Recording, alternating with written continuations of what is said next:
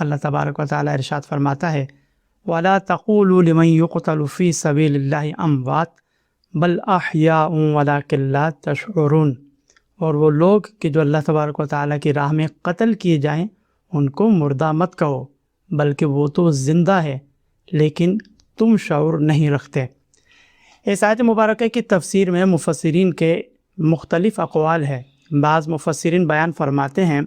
کہ یہ آیت مبارکہ شہدائے بدر کے بارے میں نازل ہوئی ہے، یعنی جنگ بدر کے موقع پر جب 14 صحابہ کرام علیہم الرضوان شہید ہوئے تو یہ آیت مبارکہ نازل ہوئی۔ اسی طرح بعض مفسرین کی رائے یہ ہے کہ سرکار دو عالم علیہ الصلوۃ والتسلیم کے زمانہ مبارکہ میں جنگ کے موقع پر مسلمان شہید ہو جاتے تھے تو اس وقت کے کفار و منافقین یہ جملہ کہتے تھے کہ یہ مسلمان محمد صلی اللہ علیہ وسلم کی خاطر بغیر کسی فوائد کے اپنی جانوں کو قتل کروا رہے ہیں۔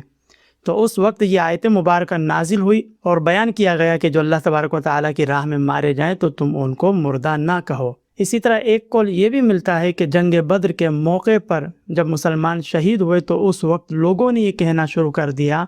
کہ یہ شہید ہو کر دنیاوی آسائش سے، زندگی کی لذتوں سے، انعامات سے محروم ہو گئے۔ تو جب ان شہداء کو لوگوں نے مردہ کہا تو اللہ تبارک و تعالیٰ کی غیرت نے اس کو برداشت نہ فرمایا اور اس وقت یہ آیت کریمہ نازل ہوئی۔ تو خلاصہ کلام یہ ہے کہ اس آیت مبارکہ میں بشارت ہے ان لوگوں کے لیے کہ جو اعلاء کلمت الحق کے لیے، اللہ تبارک و تعالیٰ کے دین کی سربلندی کے لیے اللہ تعالیٰ کی راہ میں اپنی جانوں کا نذرانہ پیش کرتے ہیں، ایسے لوگوں کو اللہ تبارک و تعالیٰ کے نزدیک زندہ قرار فرمایا گیا ہے۔